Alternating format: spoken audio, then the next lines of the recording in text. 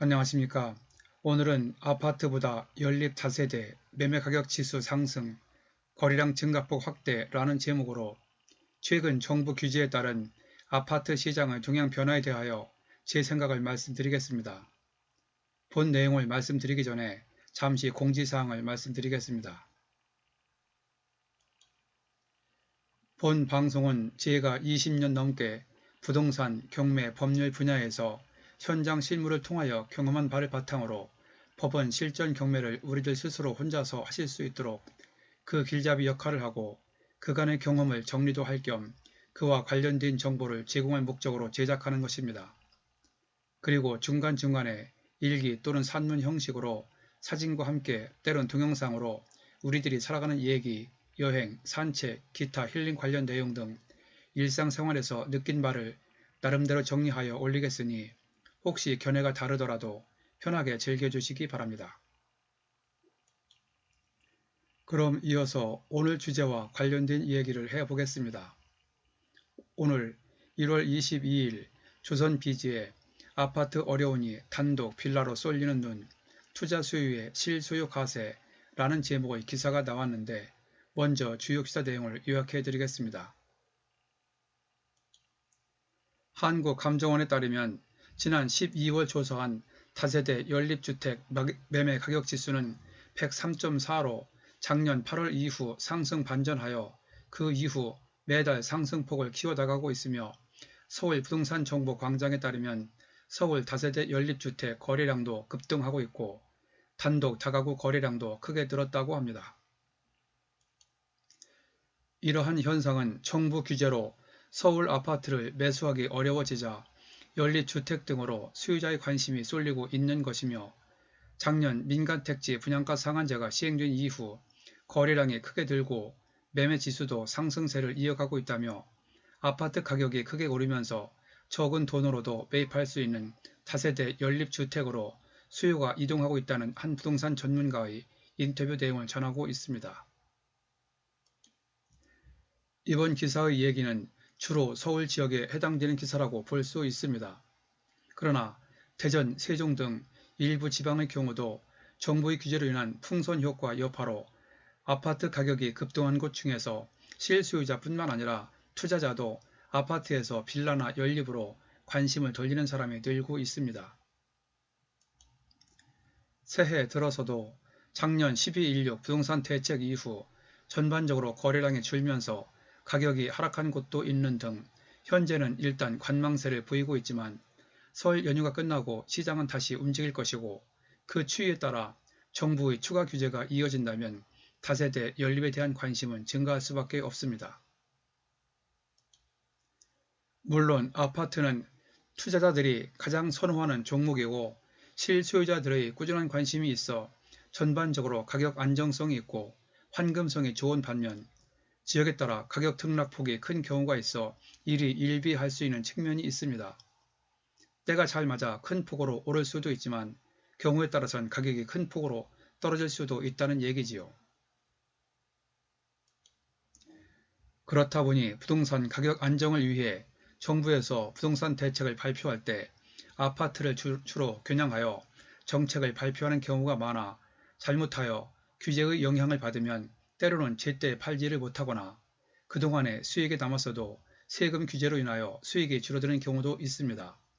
특히 서울 강남 등 수도권 아파트 그리고 지방에서도 과열이 예상되는 지역은 앞으로 그럴 가능성이 아주 높기 때문에 어느 정도 모험을 하는 마음으로 아파트에 투자를 하셔야 합니다.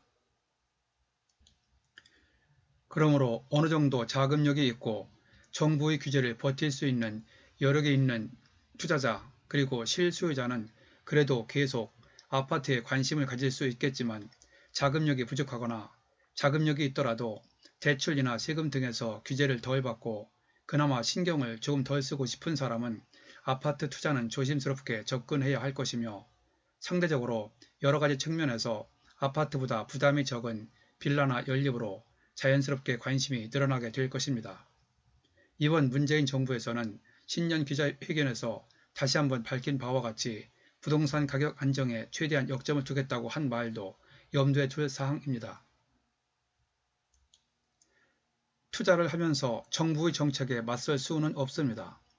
부동산 투자를 할 때 소나기는 일단 피하라는 말도 있듯이 정부의 정책에 맞서는 투자보다는 정부의 정책에 순응하면서 상황에 따라 투자 방향을 수정하는 것이 좋은데, 제가 전에 올려드렸던 유튜브 아파트 경매 가고 빌라시대 왔다에서 말씀드렸듯이 이제는 정부 정책, 아파트 가격 상승, 인구 감소 등 여러가지 사회적 요인을 감안할 때 제가 보기에 점점 빌라가 일반적인 투자자에게 좀 더 많은 관심의 대상이 될 것이라고 생각합니다. 또한 가격적인 측면에서 그리고 정부의 규제 측면에서 좀 더 자유롭게 접근할 수 있고, 무엇보다 갈수록 빌라는 아파트의 가격 상승으로 인하여 실수요자가 꾸준하게 늘어나고 있기 때문에 이제는 빌라도 아파트와 마찬가지로 가격 안정성이 있게 될 것으로 예상되어 경매나 급매로 현 시세보다 싸게만 살 수 있고, 당장 팔더라도 수익만 남길 수 있다면 언제든지 투자의 대상이 될 수 있을 것으로 판단합니다.